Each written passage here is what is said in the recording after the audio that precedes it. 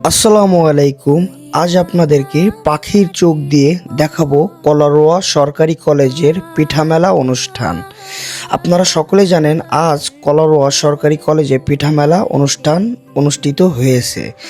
এজন্য আমি আজকের কলারোয়া সরকারি কলেজে আমার ড্রোনটি পাঠিয়ে দিলাম এবং কলারোয়া সরকারি কলেজের লোকেশন উপর থেকে এত সুন্দর লাগতেছে যেটা আপনারা নিজেরাও দেখলে বুঝতে পারবেন।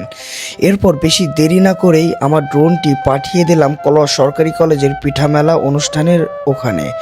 বাট ওখানে প্রচুর ভিড় এবং কলারোয়া সরকারি কলেজের ছেলে এবং মেয়ে সহ আপনার বাইরেরও কিন্তু অনেক লোকজন এই পিঠামেলা অনুষ্ঠানটি উপভোগ করার জন্য এই লোকেশনে আসছে। আমার নিজের কাছে অনেক ভালো লাগছে, এত সুন্দর করে সাজানো এবং গোছানো পিঠা মেলাটা।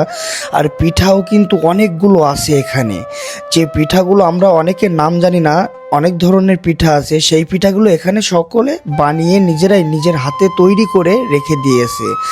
আর লোকেশনটি অস্থির লাগতেছে আমার কাছে।